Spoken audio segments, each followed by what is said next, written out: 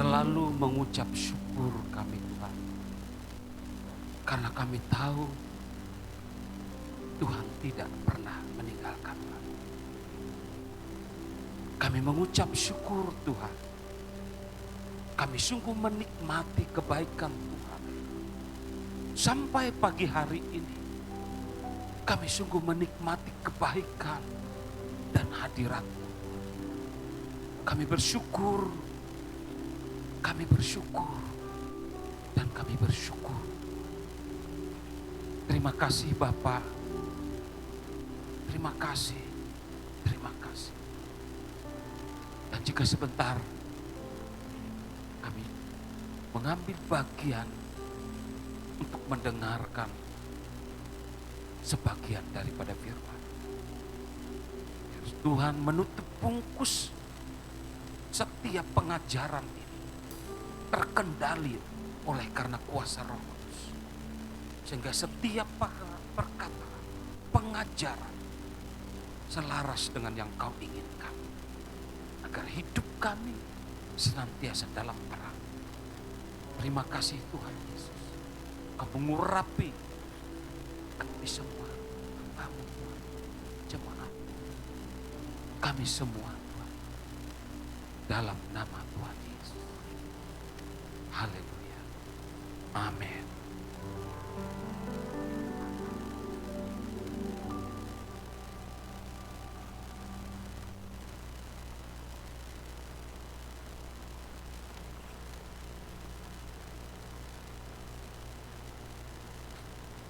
Shalom saudara, puji Tuhan. Selamat pagi, pagi ya, haleluya. Saudara, saya bersyukur, saya menikmati kebaikan Tuhan selalu di tempat ini lewat pujian penyembahan saudara. Saya tidak merasa terlalu emosional, tidak saudara, karena saya merasakan kebaikan Tuhan. Jadi saya mendorong saudara untuk menikmati, jangan lupakan setiap minggu saudara harus punya waktulah untuk beribadah. Karena saya percaya di mana 2-3 orang berkumpul di dalam nama Tuhan, Dia ada di tengah-tengah kita. Dan saya curiga juga tadi ya, setiap saya menyampaikan firman, saya kok connecting terus dengan worship leader ya. Tema mereka hitam, saya juga kayak baju hitam juga saudara ya. Dan curiganya satu saudara, ya saya bilang kenapa ya? Kok kuat sekali ya hadiratnya kalau saya beribadah di tempat ini. Saya curiga ini ya, kira-kira malaikat Tuhan ini juga duduk di tempat ini saudara. Ya, karena saya tahu Tuhan mengasihi saudara dan saya di tempat ini. Haleluya. Nah saudara, hari ini tema saya adalah hidup dalam terang saudara. Dan saya bersyukur Ibu Gembala sering selalu mengingatkan saya. Ketika hari Senin atau Selasa dia sudah ingatkan saya, pada temanya apa? Itu adalah merupakan suatu desakan yang terselubung saudara, supaya saya konsentrasi. Apa sih temanya? Kadang-kadang kalau tidak ada begitu kan, saya bilang nanti masih ada waktu, saya harus bekerja gitu. Otomatis saya bilang, Bu nanti malam saya akan sampaikan temanya. Nah saudara, dengan saya menyampaikan begitu, itu mendorong saya untuk mencari, menggali apa yang harus saya sampaikan. Dan tapi sampai malam saya tidak menemukan. Dan subuh-subuh saya WA Ibu Gembala, Bu, hidup dalam terang, itu temanya saudara. Hari ini Matius 5 ayat yang 14 sampai dengan yang ke-16. Next. Kedepannya saya kalau Tuhan izinkan saya akan sampaikan juga tentang garam dunia saudara. Tapi hari ini saya bicara tentang terang saudara ya. Matius 5 ayat 14 sampai dengan 16, demikian firman Tuhan. Kamu adalah terang dunia. Kota yang terletak di atas gunung tidak mungkin tersembunyi. Lagi pula orang tidak menyalakan pelita lalu meletakkannya di bawah gantang, melainkan di atas kaki dian sehingga menerangi semua orang di dalam rumah itu. Demikianlah hendaknya terangmu bercahaya di depan orang, supaya orang melihat perbuatanmu yang baik dan memuliakan Bapamu yang di surga. Saudara-saudara yang dikasihi Tuhan, Ada pepatah yang mengatakan demikian. Tidak mungkin jeruk itu makan jeruk. Demikian juga saudara, terang hidup kita tidak bisa kita nikmati sendiri. Terang kita itu harus bisa dinikmati orang-orang yang ada di sekitar kita. Dan ukuran terang itu tidak boleh kita memproklamirkan diri. Hei, gua terang. Hei, aku ini udah bercahaya. Nggak bisa. Karena terang kita hanya bisa diukur dari pandangan orang lain. Dari perkataan orang lain. 1 minggu yang lalu saudara, saya cukup sedih. Dan saya tahu orang itu hidup dalam terang. Kenapa saya sedih? Karena itu jemaat gereja GB juga, gereja tetangga kita di sini. Dan saya kenal baik dia, dan kadang dia senantiasa ikut di komunitas saya, saudara. Nah, di sakitnya saudara, saya tidak tahu secara spesifik sakitnya, tapi dia itu, mereka sebagian katanya stroke, ya, tapi sebagian bilang GER yang parah, tapi yang pasti vertigo juga, sehingga dia tidak sadarkan diri, saudara. Dia di rumah sakit di RK Ilir, rumah sakit itu Sultan Suryansah, dia di sana, saudara. Beberapa hari dia dirawat, hanya dalam tempo 2-3 minggu dia dirawat di sana, saudara. Sakitnya itu pun 1 kali masuk keluar, baru masuk, setelah itu meninggal, saudara. Nah, dia profesinya penambal ban, dan saya sangat bersahabat sekali dengan dia penambal ban, karena ketika saya nongkrong, ada waktu saya lihat dia sendiri lagi tidak ada pasiennya yang bocor ban, saya duduk, dan apa yang dia bicarakan itu adalah selalu tentang firman Tuhan. Dan saya tanya sama beberapa teman, selalu dia bicara tentang firman Tuhan, antusias dia untuk mendengarkan firman Tuhan, menyampaikan firman Tuhan walaupun hanya sebagai penambal ban, saudara. Nah, yang saya agak sedih, ya, ukuran orang terang atau tidak itu kelihatan, saudara, dengan cara matinya, saudara. Nah, matinya, kata ibu gembalanya, saya sebut aja Bu Pendeta Alex, saudara, dia bilang begini pada anak, walaupun dia tidak mendengar dalam sakit itu, dia akhirnya tiba-tiba tuli, saudara, tapi mulutnya selalu bicara tentang Yesus. Dan dia berkata, dia bilang, Bu Gembala, doakan saya. Dia begitu gitu. Dan bahkan dia sebut berkali-kali, Pak Hanura, maksudnya di mana, doakan saya Pak Hanura. Tapi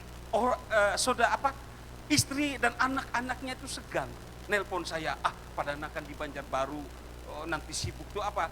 Saya sedihnya begitu, saya bilang sama istrinya itu, saya bukan tipikalnya begitu. Saya kalau ditelepon saya bisa video call, bisa telepon, bisa begitu waktu luang saya bisa datang. Welcome, karena hidup saya sudah saya persembahkan untuk Tuhan. Walaupun saya masih bekerja sebagai seorang sekuler, saudara, di pemerintahan dalam artinya pekerjaan, tapi hati dan jiwa saya serahkan untuk Tuhan. Jadi saya bilang jangan seperti itu yang membuat saya sedih. Dan saudara tahu tidak, orang yang hidup dalam terang, saudara, apa saja yang menjadi keperluan dalam biaya istilahnya penguburan dan sebagainya, saudara, makan dan minum, dia diletakkan jenazahnya di Santo Lazarus, ya, di RK Ilir di situ, karena rumahnya sangat kecil dan masukkan, saudara, kecil sekali. Dan saya melihat orang begitu banyak, dan semua yang menjadi keperluan dicukupkan, sampai peti matinya pun ada yang mendonasi, saudara, cukup semuanya, saudara. Dan orang selalu bilang, dari anak-anak sekolah minggu, dia itu anak sekolah minggu bilang, kalau kami sekolah minggu kan mereka kan ibadah salah satunya dulu di Hotel Queens, jadi nyebrangkan anak-anak itu selalu dia, dan itu dia lakukan konsisten, selalu dia nyebrangkan anak-anak dengan rasa tanggung jawab, padahal tidak ada berita. Dan kematian orang yang hidup dalam terang ini beda, saudara. Selalu ada rewards yang orang sampaikan. Nah, kalau orang yang tidak hidup dalam terang, maka orang berkata juga beda. Ujuk kajajar preman kampung mati jar. kalambatan mati jarnya menyusahi orang kampung. Mangga unda itu beberapa kali kada sampai kuning dihantamnya. Nah itu saudara, itu kalau orang hidup di dalam terang. Tapi kalau orang hidup di dalam terang beda saudara. Kalau bahasa gambut itu auranya beda saudara, yang beda saudara. Nah hari ini saya mendorong saudara dan saya, kita harus jadi terang saudara. Kita harus hidup dalam terang. Supaya mati dan hidup kita dalam suasana terang, suasana surgawi. Tidak pernah saya mendengar kabar kalau di surga itu akan mati lampu. Saya tidak pernah, karena di surga itu selalu terang, penuh sukacita, penuh damai, penuh kebaikan. Itulah surga yang kita idam-idamkan. Amin. Nah, tepuk tangan untuk Tuhan dulu saudara, haleluya. Nah, jadi untuk mencari terang itu apa yang harus kita lakukan? Tentu saja kalau kita mencari terang itu, kita cari pondasinya, dasarnya. Kalau di dalam hukum ketika mau mengajukan gugatan ada legal standingnya. Apa yang harus kita carikan? Saudara, saya sudah mencari-cari berkali-kali, mencoba bagaimana untuk mencari terang tersebut. Ayatnya saudara, Yohanes 8 ayat yang ke-12. Maka Yesus berkata pula kepada orang banyak, katanya, akulah terang dunia.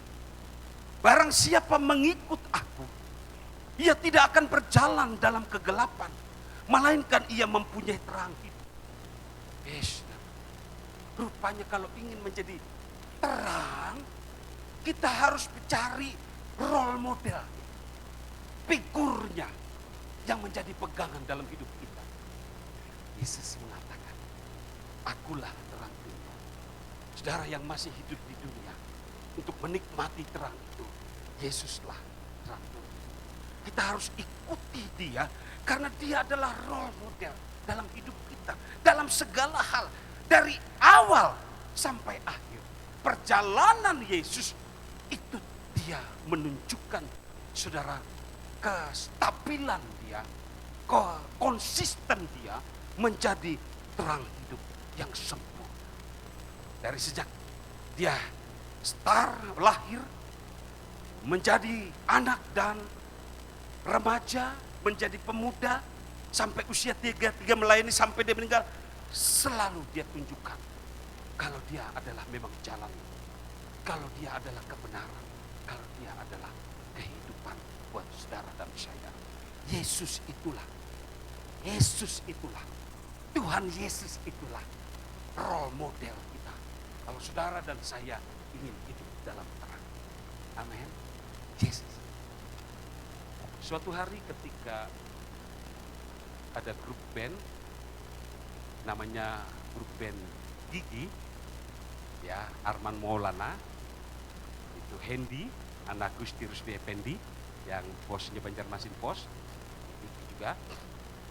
Kemudian saya lupa yang satu namanya, kemudian juga Thomas Ramadan, salah satu. Suatu hari ketika mereka konser di salah satu kota Manado, konser di sana, saudara, dan biasa setelah habis konser, melakukan konser, mereka diinapkan di salah satu hotel, saudara, dan masing-masing hotel. Saudara, hotel itu percaya atau tidak percaya, kadang-kadang ada hotel yang mistis, tapi ada hotel yang kondusif.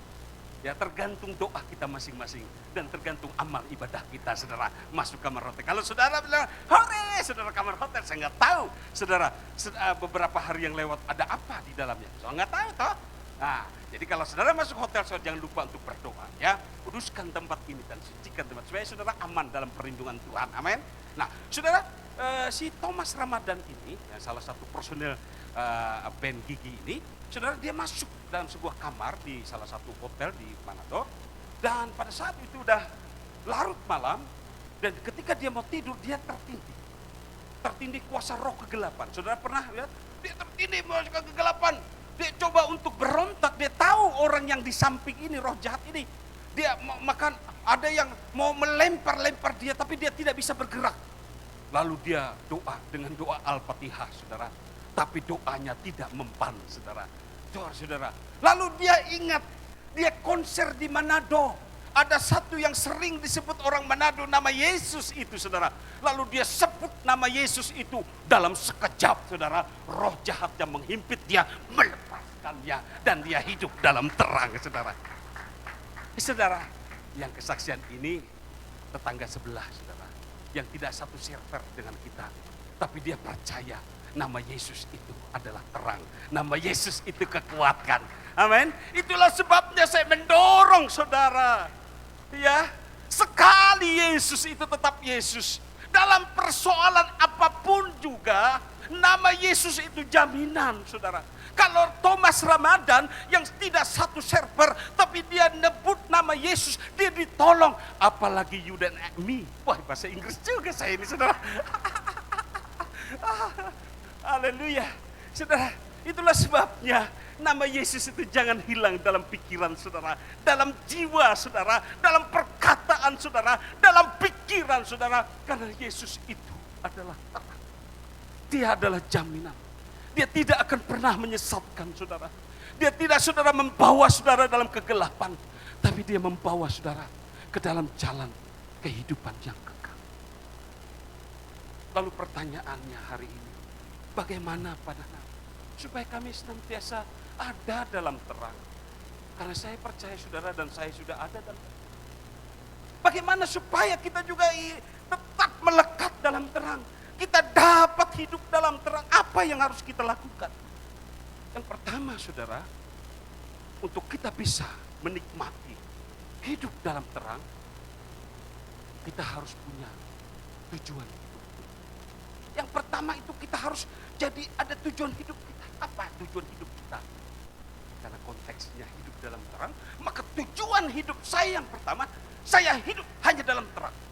Kalau saudara hidup dalam terang, saudara tidak akan bisa tersandung. Kalau saudara hidup dalam terang, saudara akan lihat jelas, melihat mana baik mana. Saudara akan memilih alternatif yang terbaik karena saudara bisa melihat. Nah, tujuan hidup saudara yang pertama harus hidup dalam terang.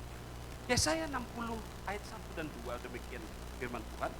Bangkitlah, menjadi teranglah, sebab terangmu datang dan kemuliaan Tuhan terbit atasmu. Sebab sesungguhnya kegelapan menutupi bumi dan kekelaman menutupi bangsa-bangsa. Tetapi terang Tuhan terbit atasmu dan kemuliaannya menjadi nyata atasmu. Artinya saudara, tujuan hidup kita harus hidup dalam terang. Sekali lagi saya ingatkan, yang pertama, role model kita siapa terang?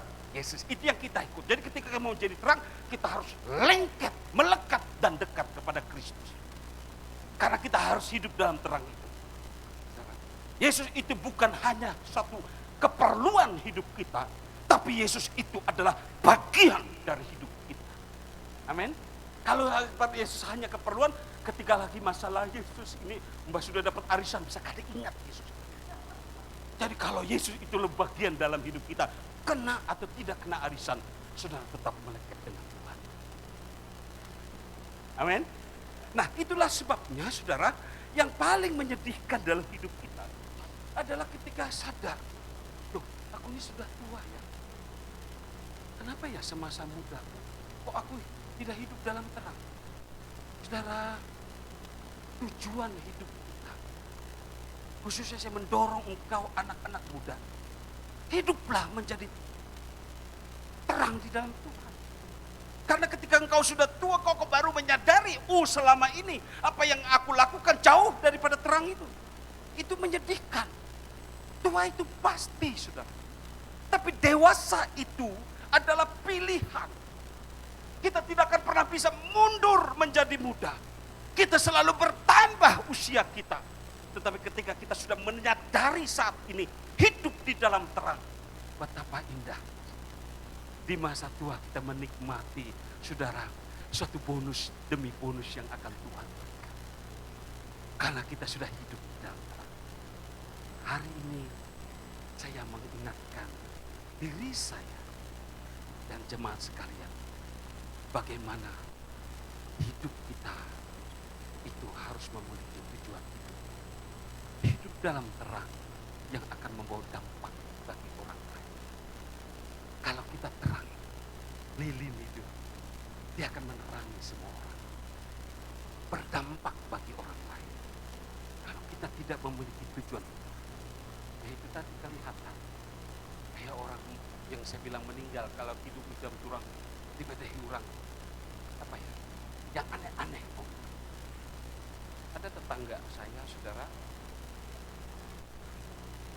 saya pikir dia tetangga itu mungkin seusia saya ya, kurang lebih lah, saudara. Tapi mohon maaf juga, saudara, bukan karena sedikit saya glowing, bukan, saudara, ya, karena pekerjaan dia malas, saudara. Bukan maksud juga bukan malas atau malas bergerak, tukang las itu. Apa gawiannya, Wak? Nggak malas pada naik. Nah itu malas tuh, nah, saudara, gitu, tukang las lah, tapi bahasa Banjar malas.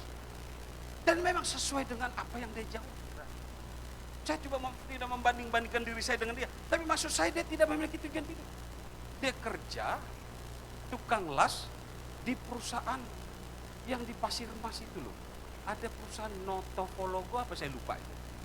Betul ya Pak ya? Nah kan ada, itu dia tukang las di situ. Gajinya jutaan.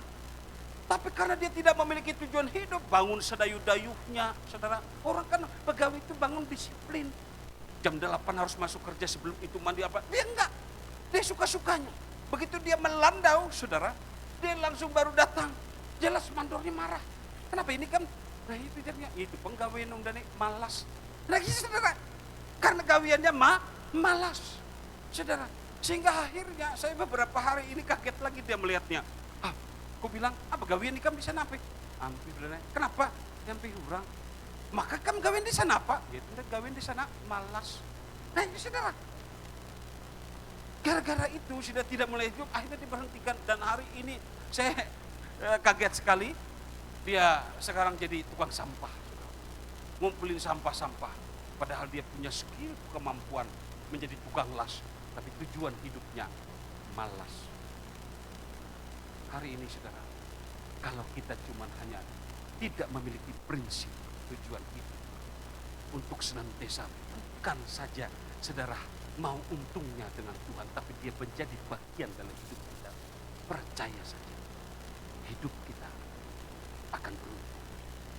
Hidup kita dalam zona perlindungan Tuhan. Hidup kita hidup dalam keberkatan dan kemurahan Tuhan. Tuhan berikan kekuatan, bahkan pertolongan melebihi dan karena kita hidup dalam terang tujuan. Saya punya teman, anaknya lulusan ekonomi.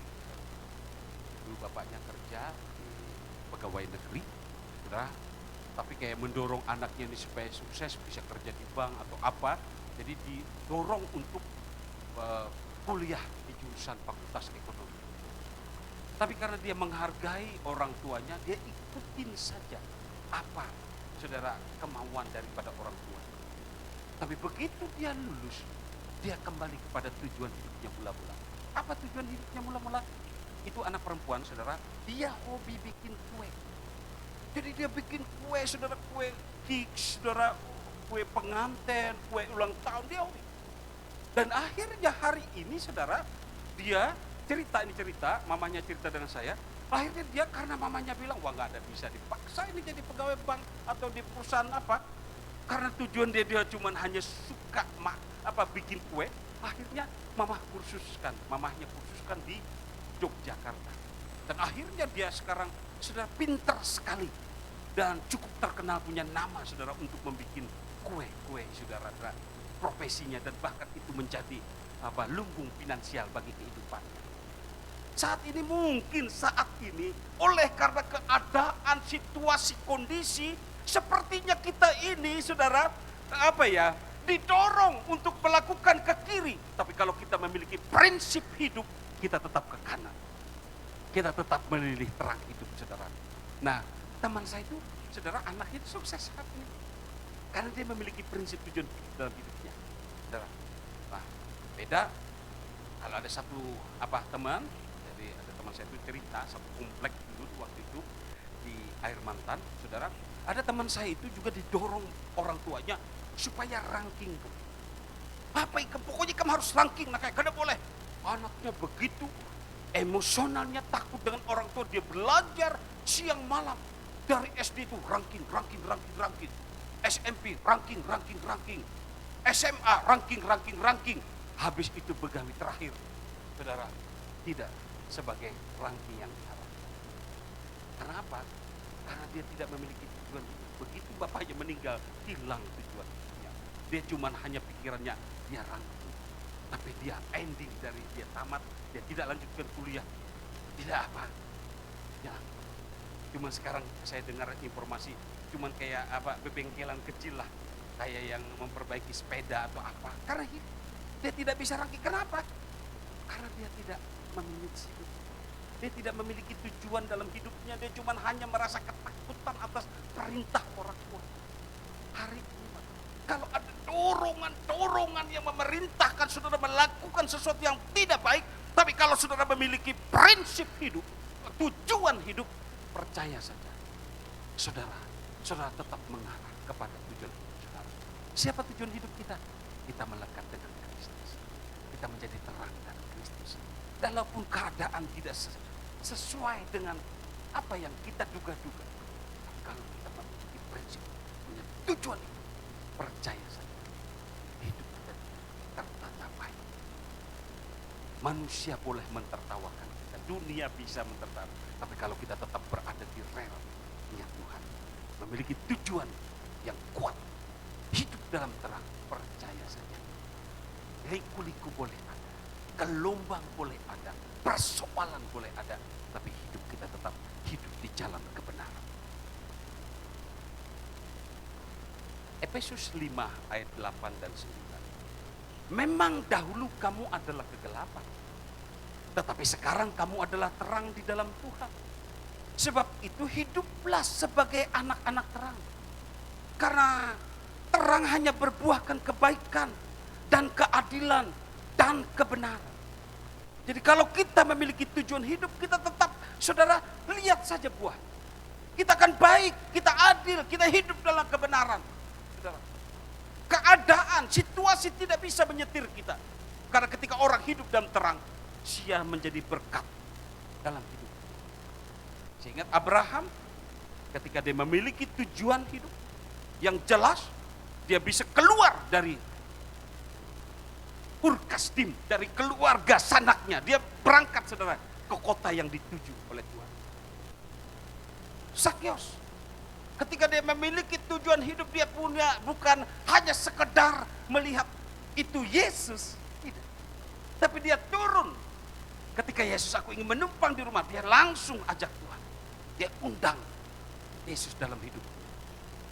Simon Petrus, dia tinggalkan jalannya, dia tinggalkan perahunya, dia punya tujuan hidup, mengikut Tuhan. Begitu juga Saulus, ketika dia mempunyai tujuan hidup. Saulus, mengapa engkau meniang? Siapakah kau? Aku Tuhan yang kau. Dia langsung tinggalkan masa lalunya. Dia datang kepada Yesus. Hari ini saudara harus bayar harga. Praktekkan. Mungkin zona nyaman masih enak di belakang saudara.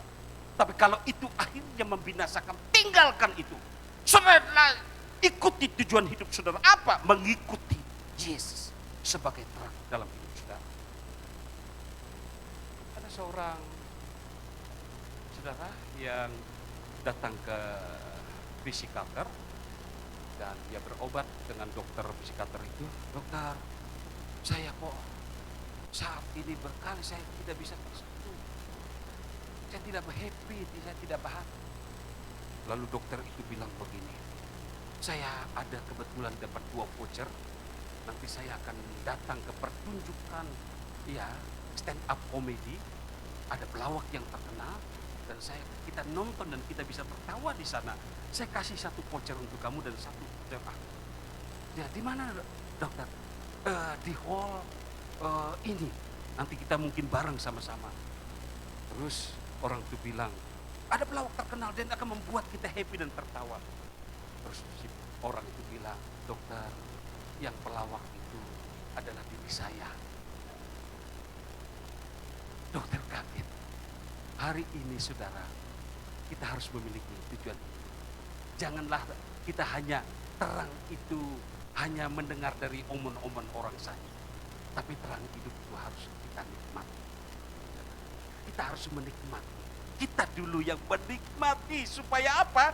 Orang yang merasakan akan bicara, cocok aja ya. Buan saya gerang itu yang baik ke buan diaspora. Nggak tahu bicara ke buan diaspora itu baik-baik jarnya karena hidup dalam terang. Amin. Lihat.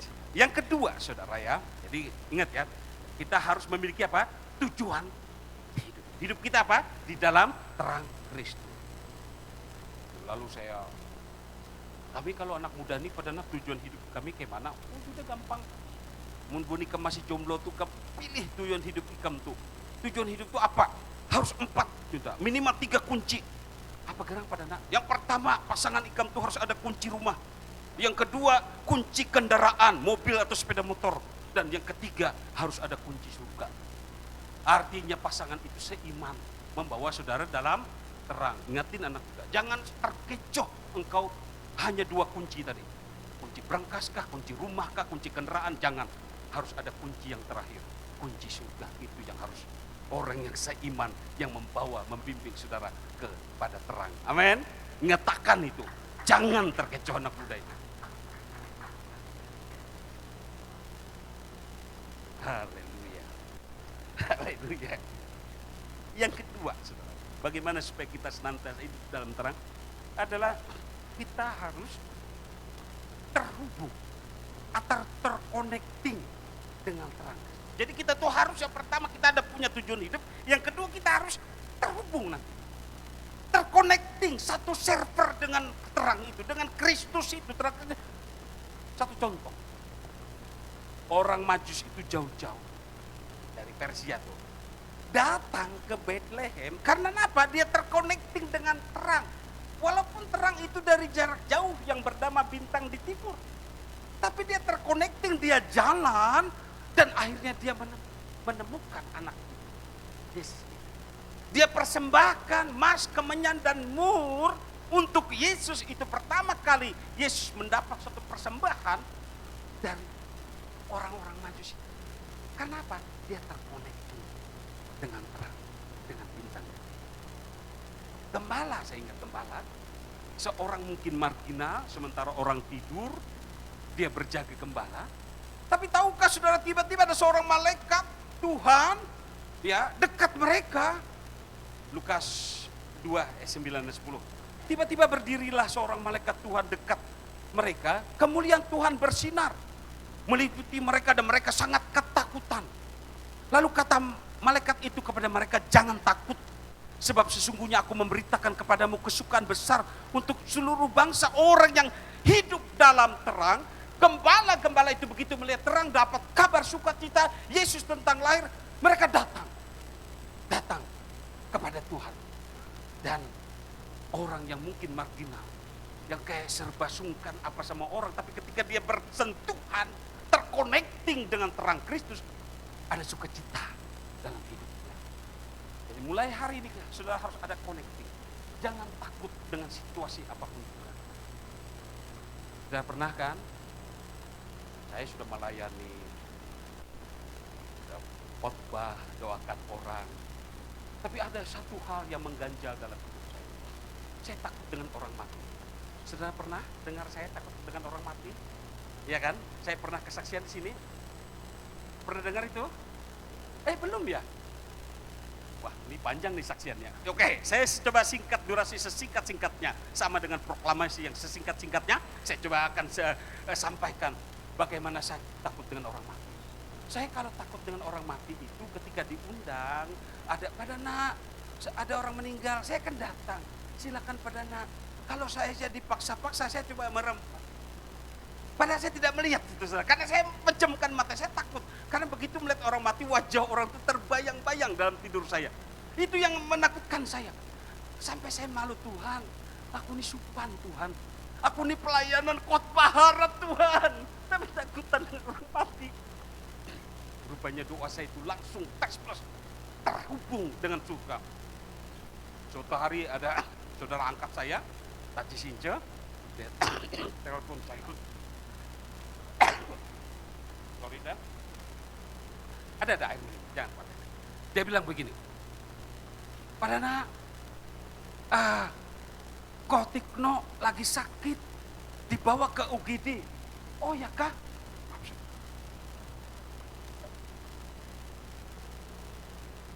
Dibawa ke UGD Suaka Insan. Tolong Pak Dana, dukung dalam doa segera. Saya rumah dekat Suaka Insan. Begitu saya bilang, baik Ci, saya dukung dalam.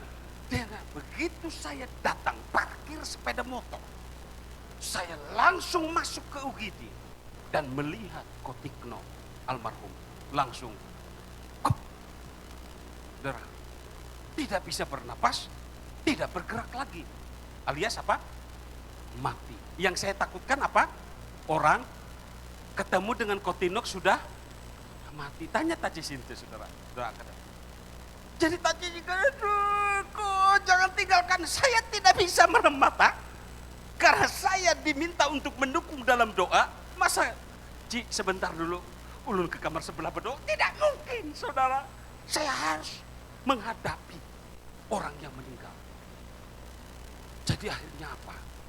Untuk mengobati kegalauan hati saya ajak jajan, Ci, kita berdoa dulu, Ci, lumayan 2-3 menit tutup mata. Saya berdoa, beri kekuatan, dan saya pandang Kotikno yang meninggal. Dan disitulah timbul keberanian saya untuk melihat orang meninggal. Tapi bertahun-tahun saya memendam itu, saudara. Tapi akhirnya saya hadapkan, bukan orang yang hidup menolong saya, tapi justru orang yang mati menolong saya. Saya berani sampai saat ini kalau ada jemaat meninggal, saya akan lihat tatap orang meninggal. Tidak ada sedikit pun saya. Itu ketakutan yang pertama. Dan ada satu lagi, saudara, ketakutan yang kedua. Dan itu mengganjal hati saya. Apa yang ketakutan saya? Naik pesawat dan harus, mohon maaf saudara, ke kamar mandi. Karena saya nggak tahu di kamar mandi pesawat itu ada apa. Airnya adakah? Cebokannya adakah? Pakai semprotan kah? Nggak ada. Blank saya. Makanya ketika saya naik pesawat, ujarnya para penumpang, ya kan, untuk masuk, saya harus, saudara, ke kamar mandi dulu. Saya lari ke kamar mandi, set. Begitu naik pesawat dengan entengnya, saudara, selamat 1 jam kah, 2 jam kah, aman, tidak masuk kamar mandinya atau toiletnya pesawat. Karena itu menakutkan bagi saya. Dan itu sudah berkali-kali, kelihatannya remeh. Kalau yang takut orang mati itu berat. Tapi yang ini remeh, tapi itu tetap menyebabkan, mengganjal ketakutan dalam hidup saya. Suatu hari, 1 bulan yang lalu, saudara, saya harus ke Malaysia. Saya ada presentase, saudara, di Universitas Kebangsaan Malaysia. Karena itu 2 SKS harus selesaikan. Oh ya saudara, saya sekarang sudah 4 jabatan. Yang pertama, jabatan pertama saya adalah saya bekerja di pengadilan sebagai hakim. Itu jabatan pertama saya. Yang kedua jabatan saya adalah, saudara, saya sebagai hamba Allah. Saya pelayan Tuhan. Cukup waktu, connecting bagus, saya tidak pernah menolak untuk melayani Tuhan. Karena saya sepertembahkan tubuh jiwa roh saya untuk melayani Tuhan. Itu jabatan saya kedua, saya sebagai hamba Tuhan atau pelayan Tuhan. Dan yang ketiga jabatan saya adalah saya sekarang mahasiswa. Saya akan selesaikan dalam 1 tahun ini disertasi saya, termasuk saya bilang 2 SKS kemarin saya ke Malaysia, itu karena untuk menyelesaikan 2 SKS harus ada KKL sana dan saya presentasi di sana. Walaupun bahasa Indonesia, mereka Melayu masih connecting. Nah itu jabatan. Dan jabatan yang ketiga tidak pernah saya duga-duga. Sekarang sering saya dipakai menjadi MC, saudara. Menjaga cucu. Menjaga cucu, saudara. Itu kerjaan ketiga, tugas negara, saya menjaga cucu. Dia connecting dengan saya, dia sangat dekat dengan saya. Karena bapaknya meninggal, jadi saya sebagai kakek dan sebagai ayahnya. Gembala tadi tanya, kenapa nggak bawa cucu? Saya takut. Karena sudah hampir 2 tahun, bulan depan dia Tuhan, dia selalu lengket dengan saya. Saya takut dia khotbah, dia dekat saya. Kasihan, saudara. Tapi kalau suatu saat Tuhan izinkan, saya suatu saat duduk di belakang dengan cucu, walaupun saya tidak sebagai pengkhotbah, saya beribadah di tempat ini, saudara jangan heran. Itu tugas negara juga, pelayanan. Saya memang ikut menikmati kebaikan Tuhan, saya janji jaga cucu, saya bawa anak. Padahal anak saya, papa, aku nak 4 ke diaspora. Aduh naklah, terserah kamu aja Bang. Karena pernah saya salah satu gereja, saya bawa cucu saya, 2 jam beribadah, 2 jam anak saya harus di parkiran, saudara. karena dia mendesak untuk pegang kakek gitu. Nah, saudara, saya kemarin di bulan yang di harus kan ini naik pesawat kan, saya sudah ini di Malaysia saya harus pulang, tapi ada kelemahan saya dalam tubuh, saya mengakui saya itu paling tidak bisa bersahabat dengan cabai Lombok. Nah di Malaysia kadang-kadang saya tidak bisa, ketika sajian ya kan mahasiswa semua dikasih rangsuman itu yang harus dimakan, kalau enggak kita nggak makan, pilihan alternatif nggak lain, dan itu kebetulan agak sedikit pedas. Saya sudah wah kacau ini pedas, tapi kan saya takut juga asam lambung dan sebagainya, saya makan walaupun pedasnya itu sedikit, tapi saya makan saudara. Nah, ketika pulang itu saudara naik pesawat, siap, saya sudah ke toilet duluan di bandara, dan ini saya sudah yakin dari Malaysia ke Jakarta saya akan kuat. Tapi saudara, nasib berkata beda. Perut ini mau ulak-ulak, saudara. Aduh, ulak-ulak, Tuhan Yesus, saya sebut nama Tuhan Yesus, tolong aku Tuhan. Tapi kan saya makan cabai, saudara. Walaupun ulak-ulak jorong Banjar, saudara. Wah iya, maaf saudara, kami kada, tapi parut ini yang mau ulak-ulak. Hendak BAB kada jua, tapi sakit loh. Dan waktu tunggu di pesawat itu saudara, pesawat itu sudah bunyi kan, tapi belum take off ya, belum take off. Saudara, akhirnya saya bilang sama teman dari samping, saya ke kamar mandi. Apa yang saya takutkan itu terjadi. Saya harus masuk ke kamar mandi, saudara. Ini mau ulak benar, saudara. Buka. Belum sempat saya melihat pondasi mana kerannya, mana cepukannya, kayak mana, saudara, ini tidak bersahabat. Apa boleh buat, mohon maaf. Saya lepas celana saya buka itu toilet saudara yang ini. Saya letakkan pantat saya, maaf saudara, meledak saudara. Kalau meledak itu saudara, kadada aku tuh padahal yang urusan yang sakit hati hendak kondusif supaya orang kada mendengar. Kan enak. Ini meledak saudara. Begitu meledak, lega. Baru saya itu berpikir banyu, mana banyunya? Kada ada banyunya. Ampun Tuhan Yesus, kada ada banyu, kada ada. Yang ada keran aja, ada tisu. Aduh, ku ambil tisu saudara, ku anukan di keran. Babayaku membersihkan burit saudara. Ini bahasa Banjar aja lah. Masuk burit saudara, dikatuk pramugari. Pak, keluar, mau take up. Burit belum bebasuh saudara, dikatuk orang kamar. Panik aku saudara. Cuci banyu itu jakanya nyurut. Ini kada begini, cup mati. Yang penting dalam hatiku selesai dengan tisu dan air seadanya, selesai burit unda pasang. Begitu unda nak menutup membasahi keran, kan ada banyu, kukus saja. Kalau saudara pernah bunyi WC itu cuman angin, kan ada banyu di lubangnya bisa hilang, tapi yang meledak kan bisa hilang. Saudara, betul-betul saudara, pengalaman ketakutan itu membuat saya saudara betul-betul stres. Kayak mana dikatuk pramugari, Pak cepat ini bawa take off. Dalam ini take off, urusan take off, tapi yang menghambur ini kayak mana persisnya. Saya cucuk 2 kali loh, ada 2 kali, hingga banyu aja kayak angin dah, kompresor lah. Junda mana bisa bersih kayak ini. Akhirnya kayak mana saudara, sudahlah daripada unda lawas disangiti pramugari, unda tutup itu. Langsung unda kata, ini saudara apa adanya. Saya khotbah di mimbar yang Tuhan dipermuliakan, kada anda bersih lagi saudara. Unda tutup itu lah, unda langsung masuk saudara. Duduk unda bagi jim anukin kada, unda pura-pura kuring. Unda dalam hati unda siapakah giliran di situ. dapat bom meledak dari yang namanya dana tuh, saudara. Itu urusan inya, bukan urusan anda. Saya bersyukur karena tidak satu pesawat dengan saudara. Kalau seandainya saya satu pesawat dengan saudara, pas giliran kedua dari jemaat, udah bisa supan ibadah ini.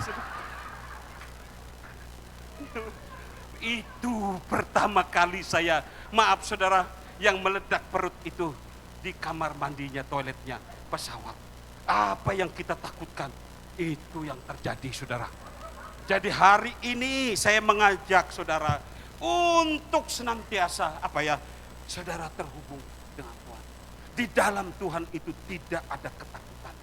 Kalau saudara di luar Tuhan, tidak terconnecting dengan Tuhan, berat saudara, berat.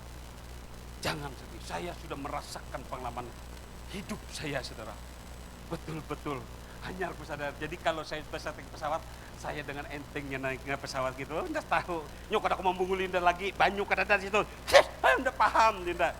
Hari ini itu karena pengalaman, saudara. Hari ini saya percaya, belajarlah saudara senantiasa terhubung dengan Tuhan, ya, terconnecting dengan Tuhan.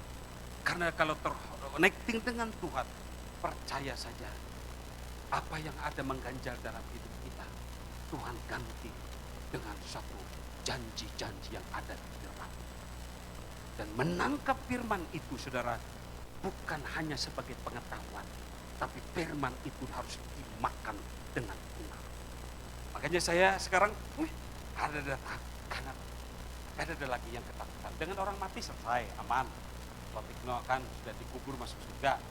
Karena suatu saat kalau saudara kita ketemu, nama kita semua tercatat dalam buku kehidupan, tidak ada yang terlewatkan. Ketemu di surga suatu saat, aku kenalkan kau dengan Potina. Ini saya sudah khotbahkan masalah legam kau aja kan. Ya. Jadi semuanya baik. Masalah di kamar mandi pesawat sudah selesai. Tidak ada yang saya takutkan lagi. Ketika naik pesawat saya enjoy. Karena apa? Karena kita sudah terconnecting dengan Tuhan. Ya. Yohanes 15 ayat yang ke-7. Jikalau kamu tinggal di dalam aku dan firmanku tinggal di dalam kamu, minta saja apa yang kamu kendaki, kamu akan. Tidak ada yang perlu kita takutkan. Tuhan memberikan segala-galanya. Minggu lalu saya khotbah di salah satu gereja di Kuala Kapuas, atau dengan kata lain gerejanya Betani dan Gembala Sidangnya Pak Widi. Saya diundang. Nah, di ending khotbah, saya kan membaca situasi ya, setiap gereja itu saya baca. Kayak di sini saya paham. Begitu saya khotbah, pasti habis itu ada pendoa syafaat. Jadi saya kan bisa mendelegasikan doa saudara firman itu dengan pendoa syafaat. Saya bisa membaca saudara. Nah, pada saat yang kayak begitu, pada di tempat Widi ini, biasanya begitu habis khotbah ada narasi yang akan kita sampaikan. Waktu itu saya sudah sampai khotbah, tapi narasi yang mau saya sampaikan itu apa waktu itu? Waktu itu kalau tidak salah tema khotbah saya di tempat Widi adalah menang atas penderitaan. Waktu itu saya khotbah tentang menang atas penderitaan. Jadi saya bilang supaya saya connecting itu dengan ini. Ternyata Bapak subuh sebelum saya berangkat ke Kuala Kapuas, saya baca ayat di dalam Markus 11 ayat 24. Aku berkata kepadamu, apa saja yang kamu minta dan doakan, percayalah kamu menerimanya, kan kamu akan menerimanya. Kan begitu isi dari ayat yang saya baca yang subuh itu. Nah, pada saya lagi, Tuhan, apa yang narasi, apa yang saya sampaikan dengan jemaat ini, kan gitu. Ternyata di mimbar itu saudara, tertulis saudara, ada ayat mas yang tertempel di mimbar. Saya baca Markus 11 ayat 24, langsung itu narasi saya menguatkan jemaat. Dan efek dari penguatan yang saya sampaikan itu, begitu pulang, tahu apa tidak saudara, sudah ada jemaat memberikan satu sajian makanan kesukaan saya, haruan goreng. Jadi Bapak Ibu, kalau saudara terconnecting dengan Tuhan, percaya saja langkah hidup kita itu sepertinya kita tidak merasa terunsur oleh Tuhan. Kalau kita terconnecting dengan Tuhan, apapun kondisinya, kayaknya tergeser, terbawa arusnya Tuhan. Hidup dalam terang. Yang kedua saudara terhubung. Dan yang terakhir saudara. Oke, saya akan, yang terakhir ini kan saya bawakan dengan cepat, ikan gabus, ya, ikan sepat, ikan gabus ditambah ikan lele, khotbahnya bagus dan tidak bertele-tele, ya. Ini yang ketiga. Yang ketiga harus, kalau tadi kan terhubung dengan terang, yang ketiga ini ending terakhir, harus selalu berada di dalam terang, itu yang terakhir. Jadi harus berada di dalam terang, itu yang terakhir, saudara. Mazmur 119 ayat 105. Firman-Mu itu pelita bagi kakiku dan terang bagi jalanku. Saudara, jadi kalau kita itu selalu berada di dalam terang, maka langkah kaki kita, jalan kita ada di dalam kehendak Tuhan. Kalau kita senantiasa berada dalam terang, saudara, lihat saja. Saya suka ayat ini. Dahulu aku muda, sekarang aku tua. Tidak pernah kulihat orang yang hidup berkenan kepadanya, anaknya meminta-minta roti, saudara, dia jatuh tapi tidak tergeletak. Jadi ketika kita hidup terang, kayaknya kita ada terpeleset atau apa, tapi kita tidak tergeletak. Tangan Tuhan yang berlubang paku itu yang akan membimbing kita, mengarahkan kita ke jalan yang semula. Dalam terang. Itu saudara. Jadi bukan berarti kita ini Superman. Sesuatu yang sempurna. Saudara, enggak. Kita ini dalam pelayanan itu tidak bisa Superman. Kita merasa ini, enggak. Kita harus super team. Kita harus satu dengan yang lain, saling mendukung. Kalau ada kawan yang sedikit, Tuhan dorong kita, angkat dia. Ya, jangan hakimi dia. Angkat dia, bawa dia kembali supaya dia menikmati terang. Jadi kita ini adalah super team yang tenang, satu dengan yang lain, saling menguatkan. Yang penting harus selalu berada di dalam terang. Dan ukuran Yesus itu, ya, di dalam setiap sudut hidup kita. Yesus itu, dia bilang karya, akulah terang dunia. Dia bisa saudara menjadi terang. Tapi Yesus itu juga, akulah pintu. Dia juga bisa berkata, akulah pokok anggur. Dia bisa berkata, akulah jalan, akulah kebenaran, akulah hidup. Dia bisa berkata, akulah roti hidup. Dia bisa berkata, akulah kebangkitan dan hidup. Dia bisa berkata, akulah gembala yang baik. Dia bisa berkata, akulah guru dan Tuhan. Dan dia berkata, akulah Alfa dan Omega. Semuanya Tuhan itu Immanuel, Allah beserta dengan kita. Saksian terakhir, saudara. Saya bicara tentang Immanuel, Allah beserta kita. Saya sangat percaya Tuhan itu beserta kita. Makanya ketika menghadapi sesuatu, ada tindakan prospektif saya sudah saksikan di sini. Saya selalu mengaitkan ya di dahi saya ini, itu tanda aja saudara, ya bukannya boleh saudara hidup boleh tidak. Saya selalu berkata Yesus menang. Jadi dalam situasi saya Yesus menang, kayak ada satu kepedean percaya diri saudara. Suatu hari ketika ada kawan saya sakit saudara, sakit di Ciputra, rumah sakit Ciputra, dan sakitnya itu tetanus. Tetanus itu saudara tidak bisa melihat terang. Tetanus itu nggak bisa lihat terang. Dia kayak matanya harus begitu, dan kalau dia bangun dia kayak sakit kepala, kayak vertigo. Itu tetanus, sudah penyakit tetanus dirinya gitu. Gak bisa, harus kayak gelap gitu. Wih, damat pun kada mau melihat terang. Kawan ini memang dia beda server gitu. Istrinya juga pakai jilbab gitu. Nah, saya begitu datang, saya mau mengasih amplop sedikit lah, besar kecil sebagai tanda persahabatan. Nah, pada saat itu, saudara, Roh Tuhan jelas bicara dengan saya, doakan. Nah, kalau Tuhan itu bicara, misalnya dalam hati kita cuntan itu pasti dari setan, iblis. Kalau menyuntan, membunuh, membinasakan, itu dari setan. Tapi kalau doakan, berkati, itu pasti saya percaya dari Roh Kudus, sesuatu yang bermanfaat bagi orang. Ketika bilang doakan, ya kan? Saya curhat, Tuhan, ini beda server, kan gitu loh, kira-kira. Tapi doakan, saya bilang ini Immanuel. Nah, saya biasanya mendoakan orang sakit, saya selalu ada minyak pengurapan. Tapi pada saat itu karena temennya beda server, saya nggak bawa minyak, nggak bawa Alkitab, bawa tab saya nggak bawa, saudara. Nah, jadi kayak mana saya cuma doakan, saya meyakinkan dia, saya doa itu gitu. Nah, maaf, yang beda server itu kan ketujuh minta pada orang pintar banyu. Pak, belum minta banyu lah, belum minta banyu penawar lah, belum minta pelaris lah, kan banyu terus. Saya bilang, itu kan orang, saya bilang lambunya orang Banjar sudah. Saya bilang, boleh kau minta ke aku, dan bolehkah aku mendoakan Bapak ini? Istrinya bilang, iya, doakan aja Pak, dia ini ada Bapak kalau tidak terstand. Saya bisa bilang, mana Bapak? Saya ambil. Tuhan berkati air ini menjadi air kehidupan yang membawa kesembuhan dan bukan membawa kepada sakit penyakit atau kematian. Itu doa saya sederhana. Jadi dalam nama Tuhan Yesus, nama Yesus itu, amin. Saya bilang sama yang minum. Wah, istrinya langsung cep minum. Begitu dia minum, udah lelek sudah. Ini kan sudah Immanuel nih, udah keker gitu lah saudara. Sembuhkah kadakah? Anda lihat nih, minumnya belum habis. Udah habiskan, dalam hati mbah habis ini sembuh, wah rasa mbah sampai bulik saudara, kan sembuh saudara. Maka Immanuel dalam hati nih, ini kan baiknya dalam hati daripada dipukuli orang di sini. Terima kasih balik lu. Habis sudah, saya pulang saudara. Saya bulik saudara, beberapa jam kemudian jadi telepon, Pak terima kasih, Bapak bisa bangun, Bapak bisa melihat terang, Bapak bisa saudara berjalan lagi. Dan beberapa hari kemudian dia sehat kembali ke rumah. Karena apa? Karena kita saudara selalu berada di dalam terang. Dampaknya orang lain menikmati. Biarlah firman ini menguatkan saudara.